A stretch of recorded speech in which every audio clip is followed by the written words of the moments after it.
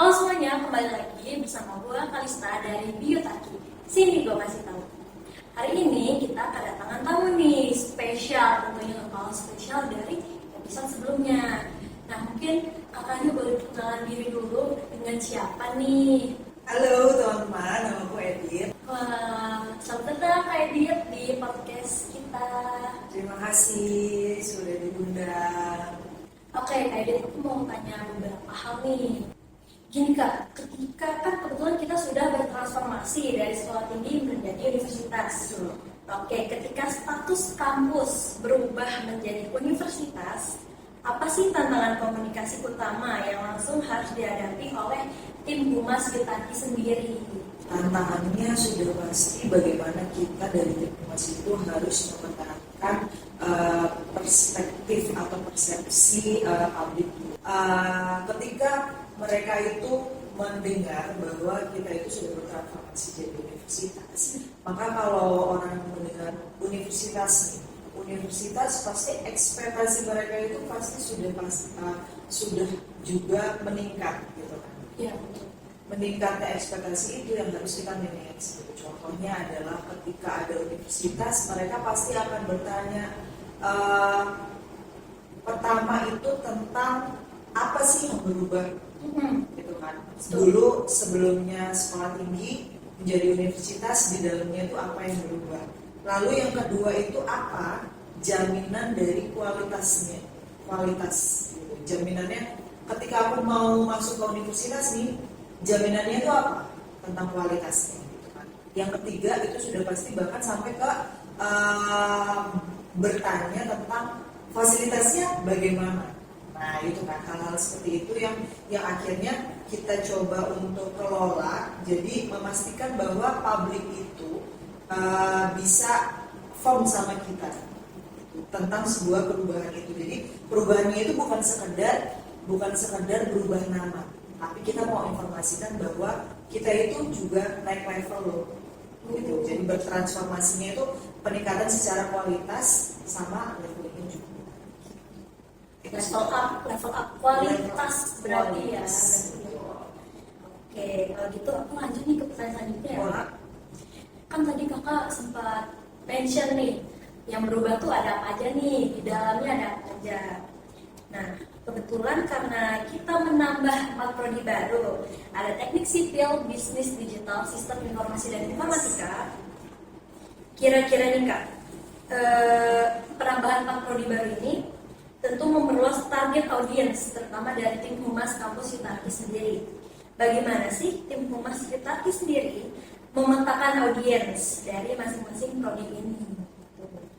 Bagaimana kita memetakannya sudah pasti kita lihat dulu dari segi jurusannya. Jadi teman-teman SMA itu kan pasti punya jurusan, punya spesifikasi tertentu tentang keahlian mereka. Kalau SMA mungkin hanya sebatas IPA atau IPS gitu, tapi di dalam itu mereka bisa atau mungkin memperdalam soal teknik, fisika, terus yang suka biologi mereka akan mencari itu gitu kan.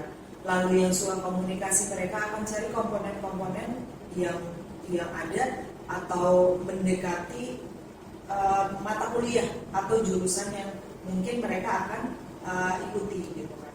Nah itu jadi dari situ kita bisa coba masuk nih gitu kan. Jadi berusaha untuk menginformasikan prodi-prodi kita, prodi-prodi baru kita ini dengan bahasa yang mungkin mereka gampang paham. Ketika kita masuk ke SMK, di SMK ada jurusan tentang informatika, maka kita akan berusaha untuk kamu bisa sudah belajar nih tentang informatika gitu. Di kita juga ada jurusan loh sistem informatika gitu. Jadi bisa dilihat nih, kalian nggak akan pusing-pusing lagi untuk apa ya istilahnya ngulang lagi pelajaran yang mungkin tidak dimengerti atau tidak diambil di bangku SMA atau SMK. Jadi dari segi jurusan, terus dari segi mungkin letak geografisnya, dari segi mungkin sampai ke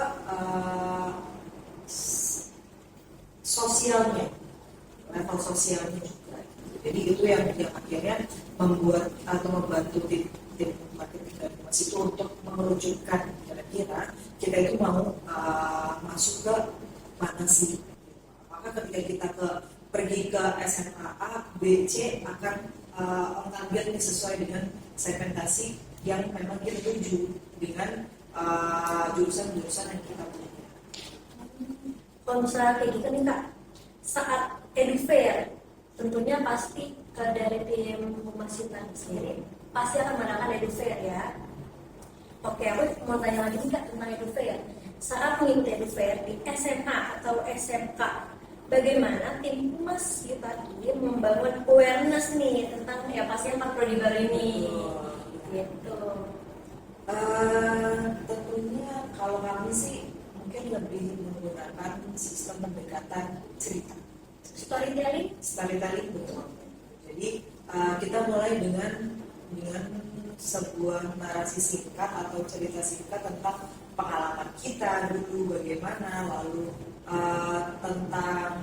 tentang prodi itu sendiri gitu. Jadi berusaha untuk membangun lingkungan yang memang kita itu bisa menyampaikan informasi dengan bahasanya mereka. Kalau mereka kadang-kadang tuh masih bingung gitu, jadi kayak gimana kalian lulus dari sini mau kemana gitu kan? Terus kayak ternyata ada banyak juga mereka masih bingung mau kemana. Pasti, karena jujur aku dulu juga begitu. Betul ya, gitu Yeah. kan. Jadi kayak aku mau kemana nih, aku bingung gitu kan. Terus kita coba pancing dengan membantu mereka kayak, ayo kamu tuh selama belajar ini tuh sukanya apa? Gitu. Mungkin dari situ teman-teman bisa terbantukan. Kalau kalian suka tentang ngulik komputer, bisa loh sistem informasi atau informatika. Kalau kalian itu suka komunikasi, broadcasting, jurnalistik dan lain sebagainya, kalian bisa masuk ke S1 ilmu komunikasi. Atau kayak, Kak aku tuh suka banget sama ilkom gitu, tapi orang introvert gitu kan. Nah itu nggak masalah juga. Kita lakukan pendekatan bahwa ilmu komunikasi itu tidak serta-merta kamu harus komunikasi tatap muka dengan orang. Betul. Jadi nggak cuma ngomong doang ya. Bener nggak? Betul banget.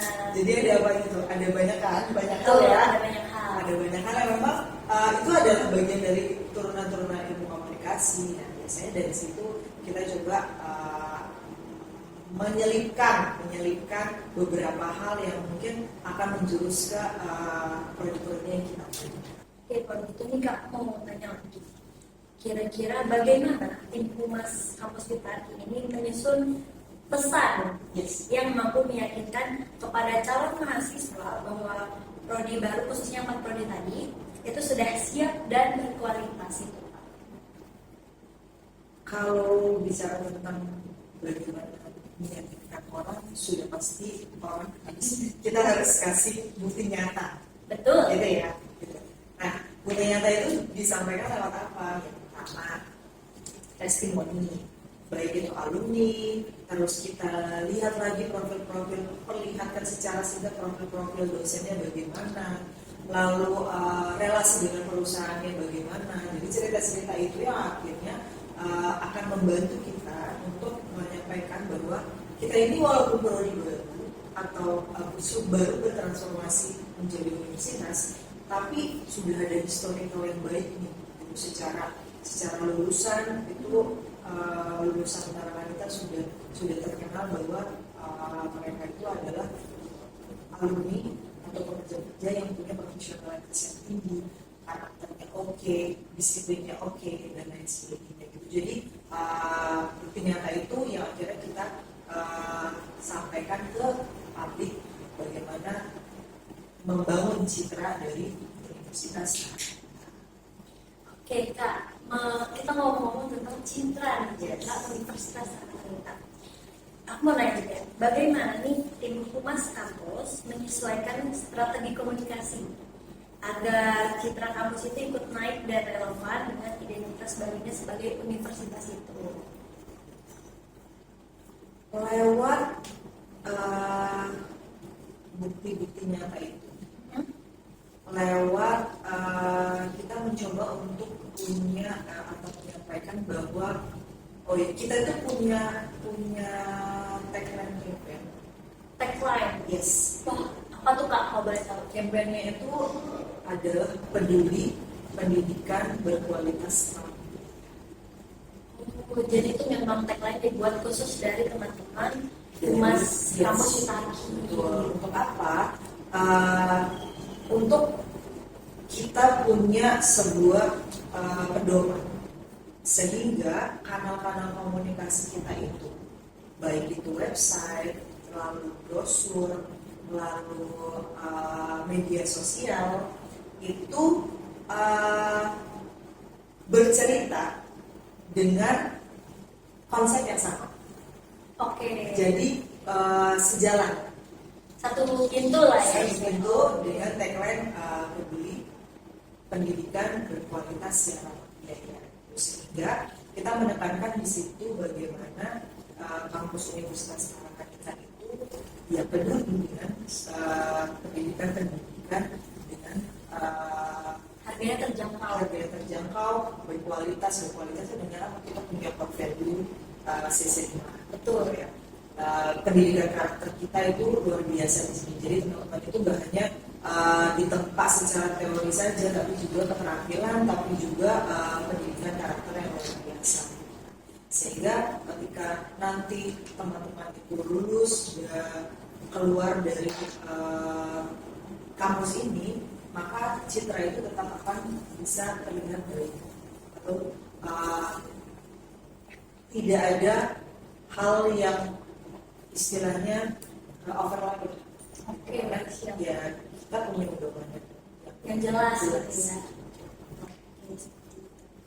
Kak, mungkin ini bisa pertanyaan terakhir nih. Apa sih tantangan terbesar bagi Humas kampus kita ini saat mengkomunikasikan bahwa kampus kita sudah berkembang menjadi universitas, khususnya kalau saya pribadi itu memang tahu kampus ini dari tante, karena tante juga lulusan dari sini.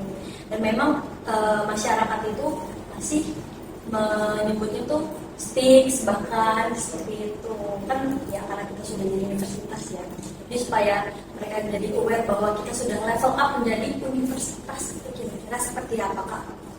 Bagaimana kita merecall kembali atau istilahnya